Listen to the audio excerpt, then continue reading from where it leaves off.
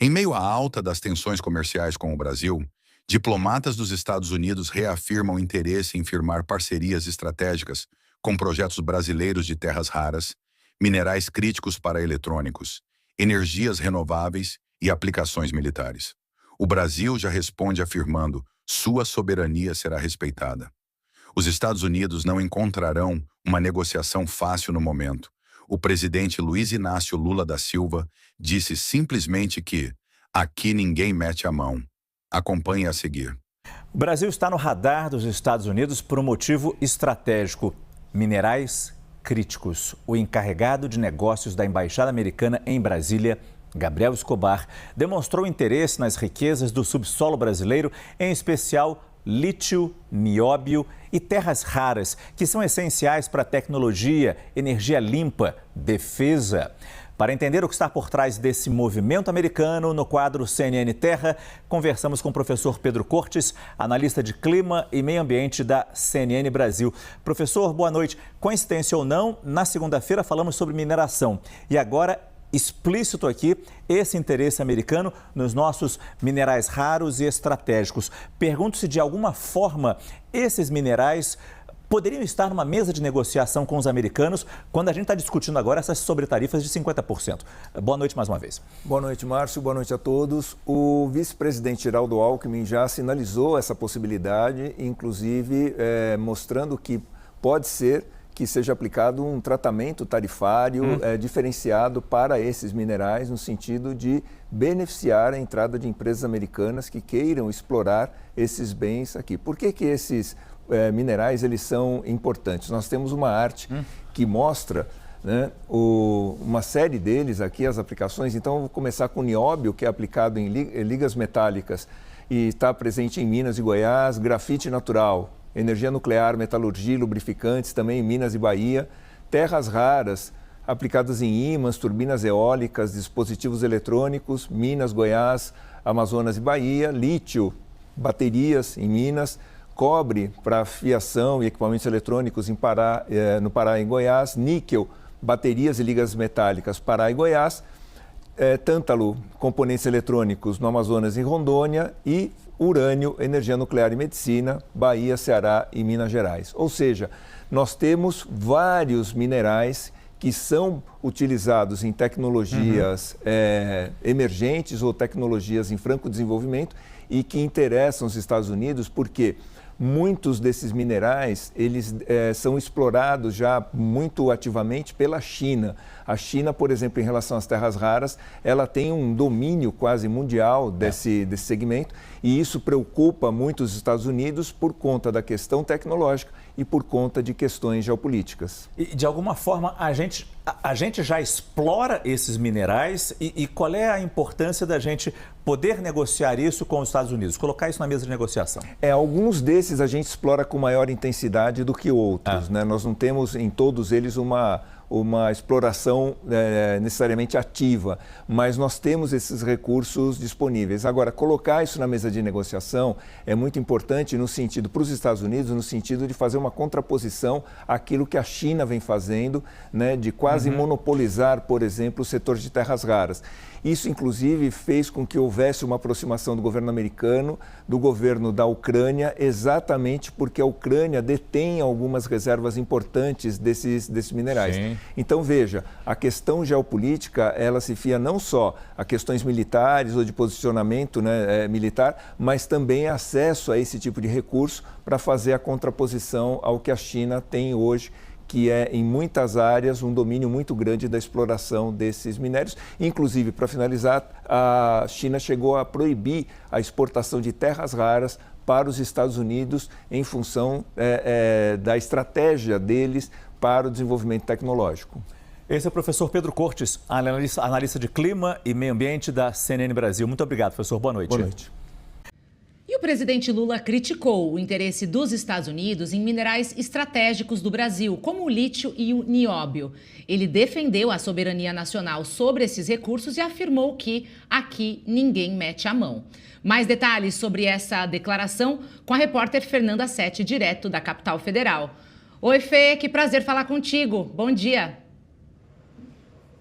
Prazer é todo meu, Paula. Bom dia para você e para todo mundo que nos acompanha. Pois é, essa fala do presidente Lula, ela ocorre aí logo após, né, o embaixador encarregado de negócios aí dos Estados Unidos, Gabriel Escobar, ter se encontrado com representantes do IBRAM, o Instituto Brasileiro de Mineração, e ter manifestado interesse em fechar acordos com o Brasil para aquisição desses minerais considerados estratégicos. Mas o presidente do IBRAM afirmou que esse tipo de negociação deve ser feito diretamente com o governo federal, já que esses minerais, né, estratégicos pertencem de fato à União. Lembrando, Paulo, acho que é importante para os nossos telespectadores que esses minerais críticos e estratégicos são aqueles fundamentais para a economia brasileira, né? Eles são muito importantes e fazem uma grande diferença na economia, tanto do presente quanto também do futuro. E são usados, por exemplo, na tecnologia de chips, como, por exemplo, para celulares, computadores e até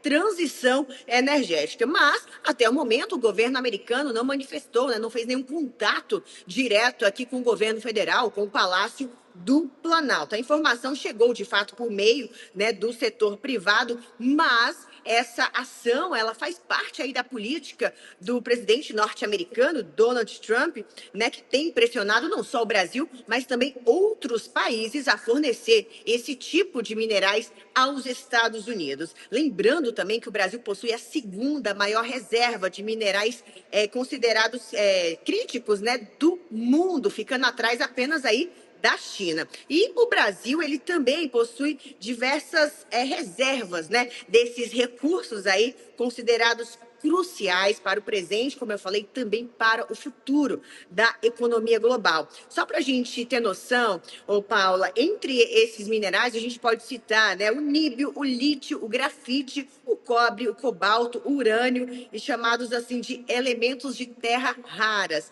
É um nome aí usado para esse tipo de minerais, né? Esses minerais, eles estão no centro, de fato, das transformações tecnológicas e energéticas do século XXI.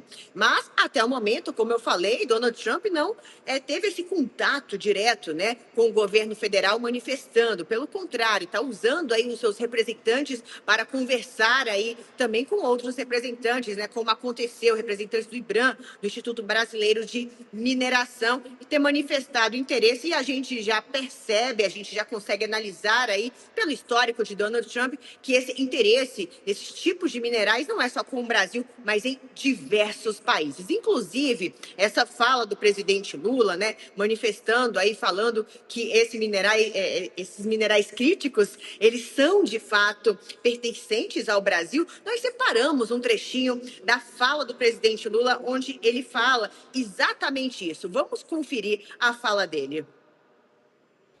O cara que tentou dar o golpe para não dar posse para mim, não teve coragem de me esperar, fugiu como rato, foge, fugiu. Agora mandou o filho dele sair de deputado federal e para Washington pedir para que o presidente Trump intervenha no Brasil. É uma vergonha. Isso é uma falta de caráter, é falta de coragem. E aqui ninguém põe a mão. Esse país é do povo brasileiro. A única coisa que eu peço ao governo americano é que respeite o povo brasileiro como eu respeito o povo americano. Se quiserem negociar, nós queremos negociar. Nós temos os melhores negociadores do mundo. E quem já está comigo aqui no estúdio, Mariana Almeida. Bom dia, Mari. Quanto tempo? Bom dia, Paula. Muito bom estar aqui com você. Bom dia para todo mundo que nos acompanha. Tudo bem? Tudo bom, querida. Que bom. Bom, Mari, a gente acompanhou aí, então, no VT, né? O Lula foi bem enfático nessa fala de que ninguém, como ele mesmo disse, as próprias palavras, ninguém mete a mão aqui, né? Pois é, acho que foi bem interessante esse momento aí da questão dos minerais críticos, porque finalmente veio à tona uma questão que parece que é um fio condutor do que Donald Trump realmente quer em todas essas negociações. Sim. E no caso brasileiro, a gente vem dizendo, tem um componente político que foi estranho, diferente de todos os outros, e no caso comercial, como eles têm superávit, não se sustenta. Uhum. Agora, a questão das reservas de minerais críticos é sim um tema que não estava no centro do debate da China e foi o principal ponto do acordo. Isso bateu também lá na Ucrânia e aí agora chega no Brasil, que tem a segunda reserva. Então, acho que, primeiro, é um ponto que certamente é um objeto de desejo, digamos assim, de Donald Trump. Agora, então isso abre espaço para o Brasil negociar? Abre. Como a China? Mais ou menos, Paula, porque acho que o ponto mais importante aqui é que, embora o Brasil tenha essa segunda maior reserva, aí no caso das terras raras, ele não tem uma política tão bem estruturada de como fazer a extração desses minerais. Ao contrário da China, que tem uma política que vem fazendo por conta própria e aí negociou com os Estados Unidos com termos de quem já está estabelecido nesse campo institucionalmente, o Brasil está lá atrás. O Brasil está caminhando ainda, né, em relação a esse tema. Exatamente. A gente até já entrevistou aqui o Raul Jungmann do Instituto do IBRAM, que estava no centro aí desse debate, e o ponto era esse, a falta do Brasil de perceber o quão central já era esse tema, e aí não ter avançado o suficiente na estruturação da sua estratégia de extração, e aí agora Donald Trump colocando a gente aí nessa sinuca de bico. Vamos ver como o Brasil vai sair disso. E é curioso porque Donald Trump faz toda essa chantagem tarifária e ele simplesmente avisa que quer os minerais do Brasil, né? Avisa pelo lado, né? Avisa pelo lado, exato, mas já sabendo também que vai existir esse embate, porque o Lula também foi super enfático e, como você mesma disse, não tem... a gente está caminhando muito ainda aquém, por exemplo, da China, né? Sim, exato. Em termos de estratégia, quem pode fazer a extração no Brasil, como pode fazer, qual que é a relação do governo, qual que é a base institucional para isso, as normas, toda essa jurisdição, ela ainda é muito insegura no Brasil. De novo, ao contrário da China. Então, quando a China senta com os Estados Unidos vindo também com a faca no pescoço, a China dá aquela afastadinha na faca e fala, calma, vamos conversar. E tem uma certa sobriedade no processo, porque ela está estruturada para isso. O presidente Lula faz uma defesa da soberania, nesse sentido é algo que ele sabe também que está fazendo bem para a sua imagem no Brasil, de fazer essa defesa da soberania, mas ele não tem essa tranquilidade de afastar a faquinha do pescoço, a gente sabe o que fazer para negociar. Fica no sim ou não. Ninguém vai colocar a mão aqui, ou vai colocar toda a mão aqui. Tem limite? Quais são as estratégias para você conseguir trilhar um caminho que te dá uma carta na manga de negociação e com isso afasta a questão que está afetando muitos produtores internos aqui, que é o tarifaço de 50%, sem perder completamente, de fato, a capacidade de ter acesso a esses minerais, que são talvez o ponto mais estratégico da economia para as próximas décadas. Né? Porque todos eles têm muita finalidade, né? Não só para a indústria, como para a fabricação de telefones, enfim, indústria aeronáutica, né? A Fernanda Sete, a nossa repórter, trouxe aqui uma fala boa, que foi assim, o ponto estratégico da economia do século XXI, né? É mais ou menos exatamente. Isso mesmo, né? Porque a fronteira da economia está indo para um tipo de produção de uso estratégico, seja com energia eólica, seja com a questão elétrica, seja com a questão de IA, onde esses minerais são essenciais como insumos. E não tem em todo lugar. E não é fácil a extração. Não é todo mundo que tem tecnologia de extração. China tem a reserva e tem extração com estruturação institucional. O Brasil tem a reserva. Falta o resto. Falta o resto. Ainda tem que caminhar muito trilhar muito por esse caminho, né? Do futuro. E são usados, por exemplo, na tecnologia de chips, como, por exemplo, para celulares, computadores e até transição energética. Mas, até o momento, o governo americano não manifestou, né, não fez nenhum contato direto aqui com o governo federal, com o Palácio do Planalto. A informação chegou, de fato, por meio, né, do setor privado, mas essa ação, ela faz parte aí da política do presidente norte-americano, Donald Trump, né, que tem pressionado não só o Brasil, mas também outros países a fornecer esse tipo de minerais aos Estados Unidos. Lembrando também que o Brasil possui a segunda maior reserva de minerais considerados críticos, né, do mundo, ficando atrás apenas aí da China. E o Brasil, ele também possui diversas reservas, né, desses recursos aí considerados cruciais para o presente, como eu falei, também para o futuro da economia global. Só para a gente ter noção, Paula, entre esses minerais a gente pode citar, né, o níbio, o lítio, o grafite, o cobre, o cobalto, o urânio, e chamados assim de elementos de terra raras. É um nome aí usado para esse tipo de minerais, né? Esses minerais, eles estão no centro, de fato, das transformações tecnológicas e energéticas do século XXI. Mas, até o momento, como eu falei, Donald Trump não teve esse contato direto, né, com o governo federal manifestando. Pelo contrário, está usando aí os seus representantes para conversar aí também com outros representantes, né, como aconteceu, representantes do IBRAM, do Instituto Brasileiro de Mineração, e ter manifestado interesse, e a gente já percebe, a gente já consegue analisar aí, pelo histórico de Donald Trump, que esse interesse nesses tipos de minerais não é só com o Brasil, mas em diversos países. Inclusive, essa fala do presidente Lula, né, manifestando aí, falando que esses minerais críticos, eles são de fato pertencentes ao Brasil. Nós separamos um trechinho da fala do presidente Lula, onde ele fala exatamente isso. Vamos conferir a fala dele. O cara que tentou dar o golpe para não dar posse para mim, não teve coragem de me esperar, fugiu como rato, foge, fugiu. Agora mandou o filho dele sair de deputado federal e para Washington pedir para que o presidente Trump intervenha no Brasil. É uma vergonha. Isso é uma falta de caráter, é falta de coragem. E aqui ninguém põe a mão. Esse país é do povo brasileiro.